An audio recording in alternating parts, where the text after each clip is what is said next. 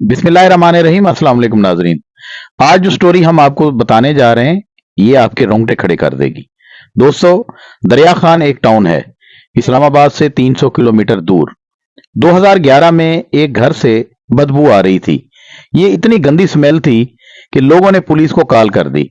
Police जब इस घर में पहुंची तो इसके होश उड़ गए। पुलिस को पहले इस घर से एक खोपड़ी मिली। ये किसी कुत्ते की खोपड़ी लग रही थी।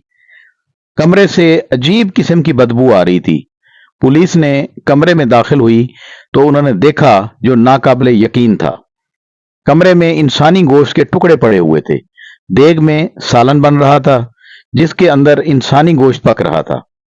दोस्तों, दरिया खान पुलिस को कुछ चूंटियां चलती नजर आईं जो बेड के नीचे जा रही थी।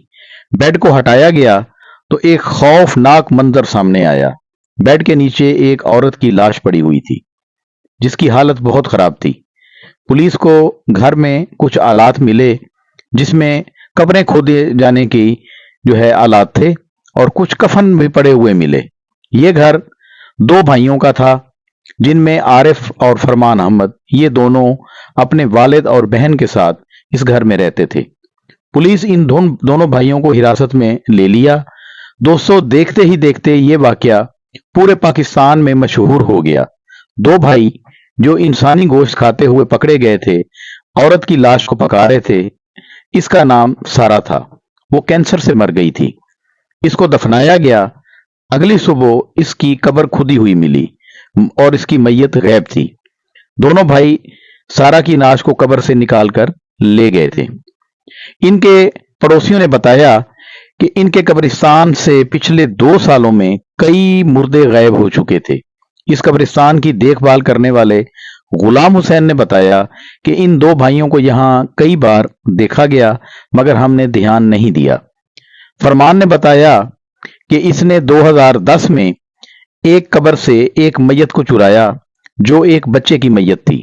इसके बाद 100 से जायद लाशें कब्रों से चोरी की और कब्रों से निकालकर इन लाशों को खाया और इन मैयतों को अपने घर में स्टोर करते थे और ऐसा ऐसा खाते थे। फरमान ने यह भी बताया कि इसकी वजह काला जादू है। ये बदबख्त आदमी जो है फरमान, ये आयात जो है कुरानी आयात, इनको नाउज़बिल्ला उल्टा लिखता था ताकि ये अपने एक पड़ोसी पर काला जादू कर सके। फरमान ने बताया कि मैं ये काम अकेला नहीं बल्कि इसके दूसरा भाई भी आरिफ इसके साथ मिल गया और ये दोनों कब्रों से मुर्दों को निकालना शुरू हो गए। इंसानी लाशों के अलावा ये कुत्तों को भी खा जाते थे और उनको पकड़कर उनको ज़िबा करके इनका गोश्त खाना इनका मशगला था। इनमें से एक भाई जो है नशे का आदी भी था और इदारों को चाहिए कि ऐसे लोगों पर नजर रखें जो नशे का कारोबार करते हैं और इनके आदी हैं ताकि इनका इलाज हो और ये किसी के लिए नुकसान का बायस ना बने।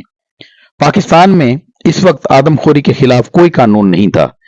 उन्होंने किसी को कत्ल तो किया नहीं था, इसलिए इनको महज 2 साल के लिए जेल भेजा गया।